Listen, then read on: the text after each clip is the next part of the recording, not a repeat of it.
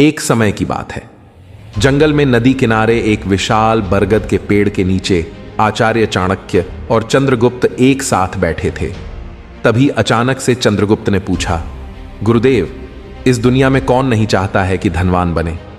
मेहनत तो सभी करते हैं, धनवान बनने की सभी कोशिशें करते हैं, लेकिन मैंने अक्सर देखा है कि कुछ इंसान कम मेहनत करके भी अमीर हो जाते हैं। लेकिन गरीब मेहनत मजदूरी करता है, पसीना बहाता है, लेकिन फिर भी वह कभी धनवान नहीं बन पाता। क्या मेहनत से ही धन कमाया जा सकता, अमीर बना जा सकता है? चाणक्य मुस्कुराए। उनकी आंखों में वह तेज था जो सदियों से नीति के रहस्यों को संजोए हुए था। वे बोले, चंद्रगुप्त, जिंदगी में एक बात हमेशा याद रखना, मेहनत तो गधा भी करता है, गधा भी भारी बोझ उठाता है, दिन रात खटता रहता है, लेकिन गधे की तरह मेहनत करने वाले इंसान हमेशा गरीब ही रहता है। लक्ष्मी उसी के पास आती है जो बुद्धिमान होता है। धनवान व्यक्ति मेहनत से नहीं, अपनी बुद्धि से बनता है। अगर यह बात सबको समझ में आ गई, उस दिन समझो कि कायनात पलट सकती है। सब कुछ बुद्धि का खेल है। हकीकत में तुम्हें धनवान बनने के लिए मेहनत का 1% भी रोल होता ही नहीं है, क्योंकि मेहनत सिर्फ मजदूरी और दिमाग की चोरियां, यानी जो अपने दिमाग का इस्तेमाल नहीं करना चाहते उनके हिस्से ही आती है। अगर तुम धनवान बनने की राह पर हो तो सबसे पहले तुम्हें मेहनत छोड़नी पड़ेगी। तुम्हें वो चीज सोचनी पड़ेगी जैसे तुम अपने दिमाग को काम पर लगा सको। तब चंद्रगुप्त ने कहा, हे गुरुदेव, मुझे आज कृपा करके इन सभी चीजों के बारे में बताइए। चाणक्य ने सिर हिलाया और बोले, ठीक है, आज मैं तुम्हें इन्हीं बातों को बताऊंगा। इसलिए चंद्रगुप्त, तुम मेरी बातों को ध्यान से सुनो। नमस्कार दोस्तों, YouTube चैनल में आपका स्वागत है। इस वीडियो को अंत तक देखें, क्योंकि वीडियो में छिपे हैं चाणक्य नीति के वे रहस्य जो आपकी जिंदगी बदल सकते हैं। और अगर आपको चाणक्य नीति पसंद है तो बस कमेंट में आप चाणक्य नीति लिखते हैं। हम समझ जाएंगे कि आप हमारे वीडियो को देखते हैं और आपको बहुत पसंद आ रही है। तो चलिए वीडियो की शुरुआत करते हैं। अब चाणक्य ने चंद्रगुप्त की ओर देखा और बोले, मैं यह नहीं कहता कि तुम्हें मेहनत की आवश्यकता नहीं है। धनवान बनने के लिए मेहनत तो करनी ही पड़ेगी, परंतु उस मेहनत का तरीका थोड़ा अलग होगा।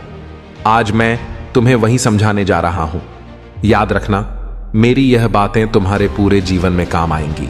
चंद्रगुप्त, धन की देवी लक्ष्मी को आकर्षित करने के लिए मैं तुम्हें 7 ऐसे नियम बताऊंगा जो सदियों से राजाओं को सम्राट और गरीबों को धनवान बना चुके हैं। यह नियम मेहनत की नहीं, बुद्धि की पूजा करते हैं। हर नियम के साथ मैं एक छोटी सी कहानी सुनाऊंगा जो इनकी गहराई समझाएगी। ध्यान से सुनो, क्योंकि यह शब्द तुम्हारी किस्मत बदलने वाले हैं।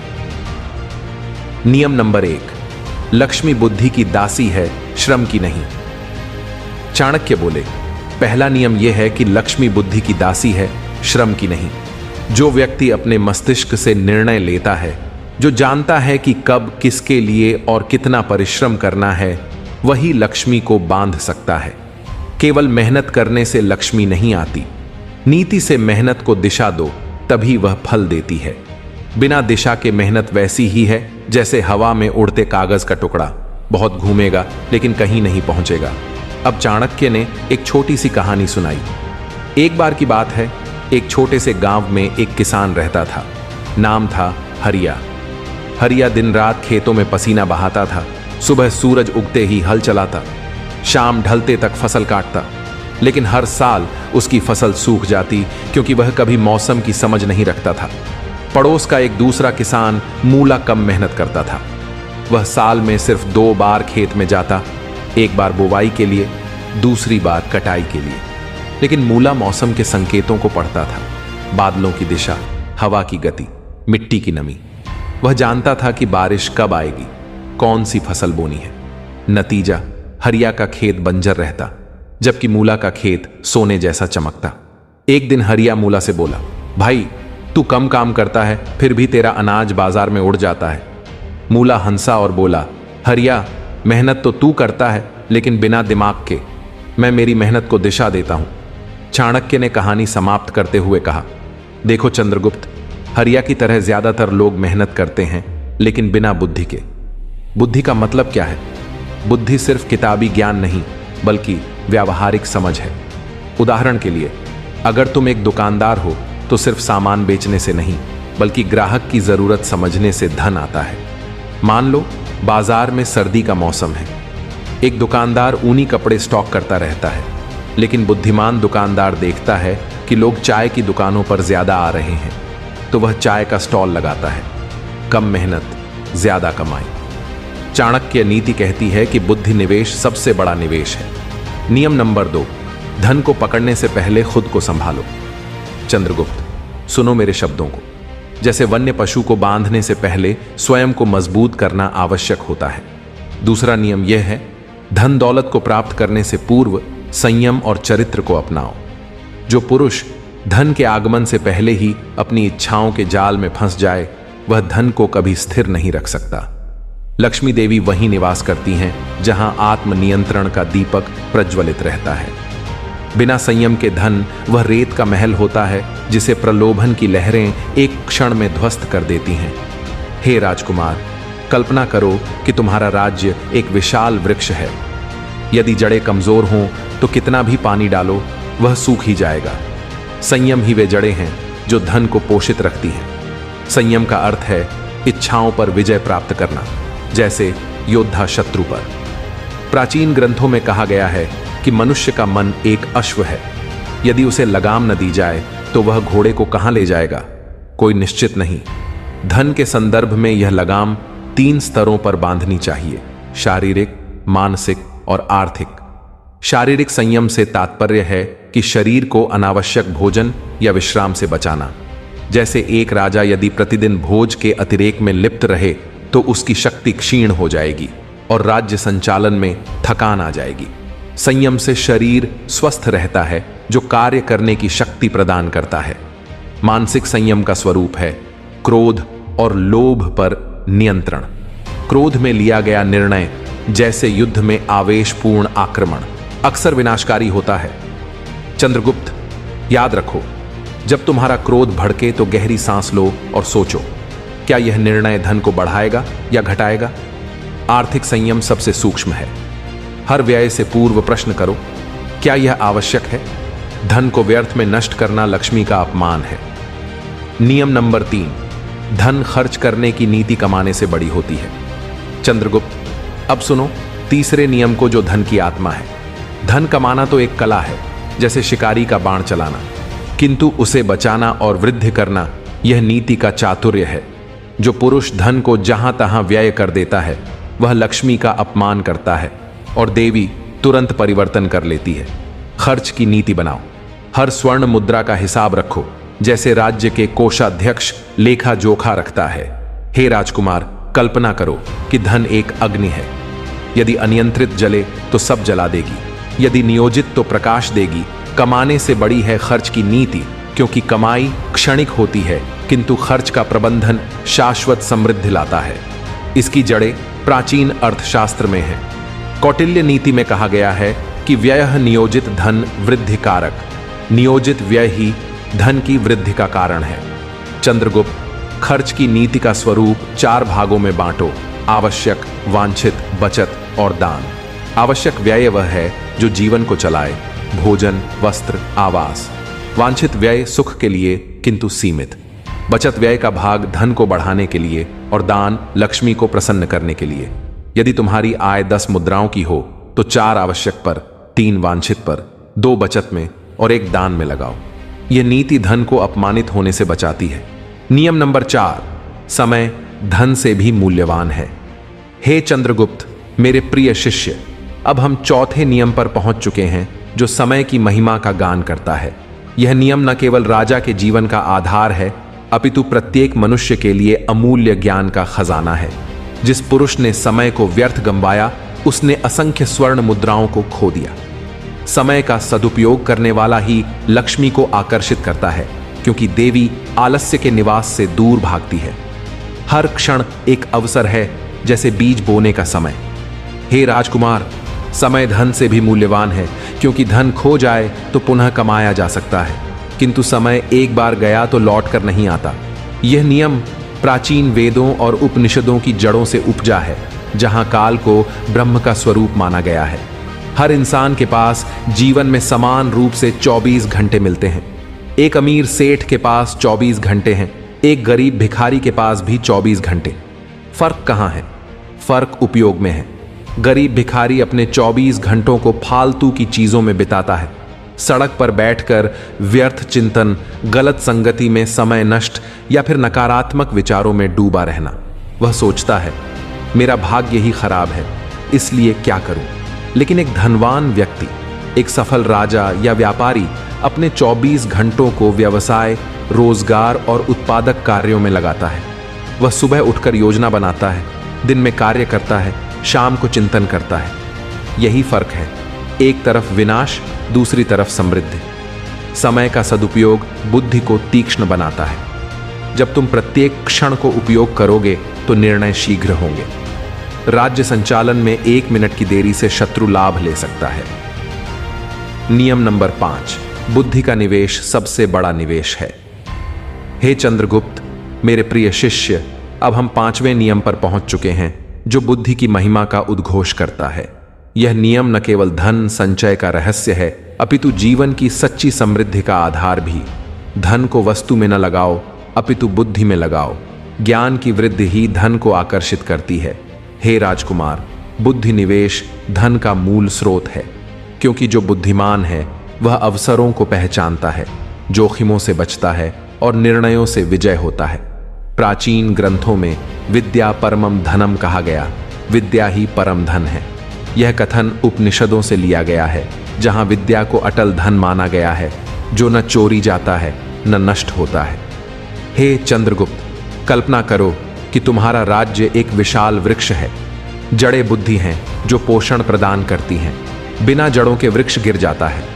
बुद्धि निवेश का अर्थ है धन को वस्तुओं जैसे आभूषण या महल में न लगाना, अपितु ज्ञान में।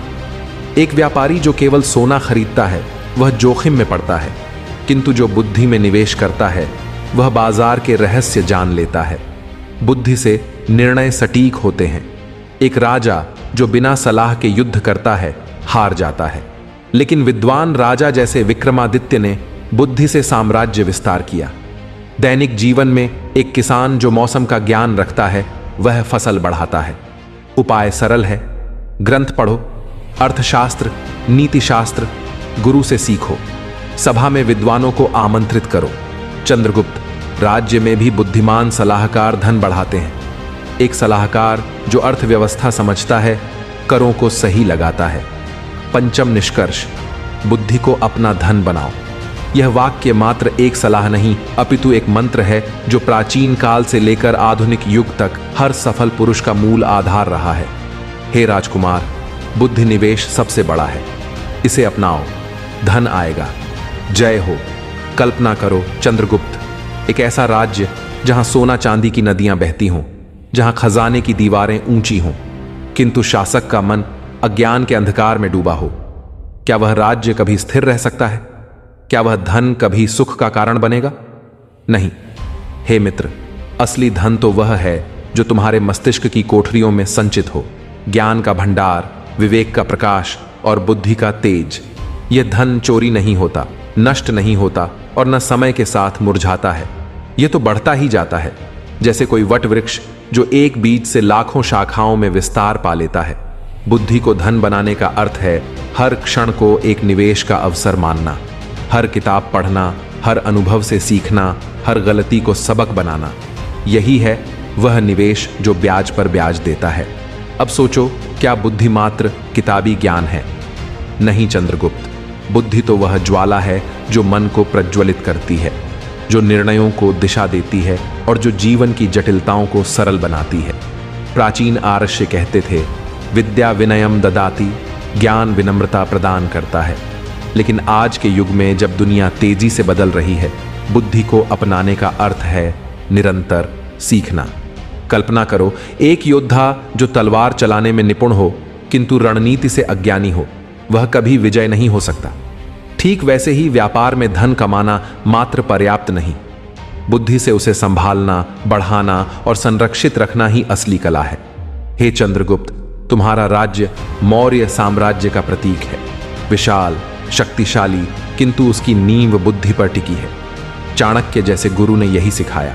बुद्धि से बंधे रहो तो धन स्वयं तुम्हारा दास बनेगा। इस निष्कर्ष में हम कुछ गहन बातें छुएंगे जो शायद सीधी न लगे, किंतु घूम फिराकर उसी सत्य तक पहुंचाती हैं कि असली धन तुम्हारे दिमाग में बसता है।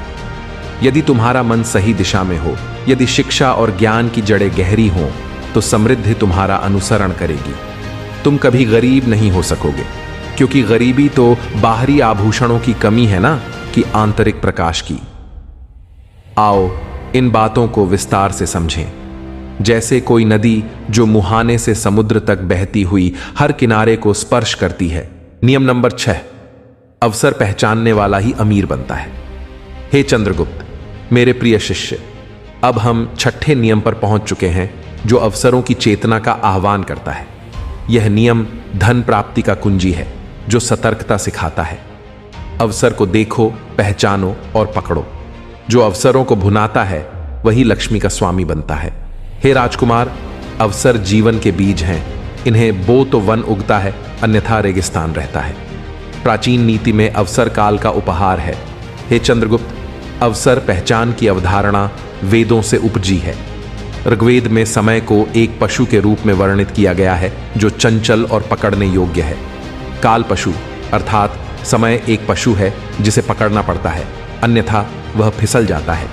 यह सूक्ति हमें सिखाती है कि अवसर क्षणिक है, जैसे कोई जंगली पशु जो जंगल में लपकता फिरता है। यदि सजग न हो तो हाथ से निकल जाते हैं। उपनिषदों में अवसर को संयोग माना गया, वह संयोग जो सिद्ध की ओर ले जाता है, जहां देवता और मनुष्य का मिलन होता है। यहां अवसर मात्र संयोग नहीं, अपितु कर्म और भाग्य का सन्नाद है। चाणक्य नीति में मैंने लिखा, उद्योगेन ही सिद्धति कार्याणि।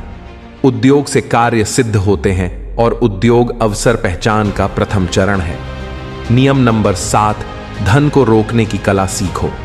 हे चंद्रगुप्त, मेरे प्रिय शिष्य, अब हम 7वें नियम पर पहुंच चुके हैं, जो धन संरक्षण की सूक्ष्म कला का रहस्य उजागर करता है। यह नियम कमाई की चमक से परे जाकर धन की स्थिरता पर जोर देता है, क्योंकि कमाना सरल है किंतु संभालना चातुर्य की मांग करता है। धन रोकने की कला अपनाओ। हे राजकुमार, यह कला विविधता में निहित है। एक स्थान पर न रखो, अपितु बहुधा स्रोतों में बांटो, ताकि एक की हानि से सब नष्ट न हो। प्राचीन अर्थशास्त्र में संरक्षण वृद्धि का आधार है। कौटिल्य अर्थशास्त्र में मैंने स्वयं वर्णन किया है कि धनम रक्षित विविधेन पथेन। धन को विविध मार्गों से संरक्षित करो, क्योंकि एक ही द्वार से आग लग जाए तो सब जल जाता है। आओ हम इसकी साहित्यिक और सैद्धांतिक पृष्ठभूमि से लेकर व्यावहारिक उपायों तक गहनता से चर्चा करें। मैं इसे एक राज्य सभापति के भाषण की भांति विस्तार पूर्वक समझाऊंगा, ताकि तुम्हारा हृदय और बुद्धि दोनों इसमें रमा जाएं और तुम राज्य संचालन में इस कला के स्वामी बन जाओ।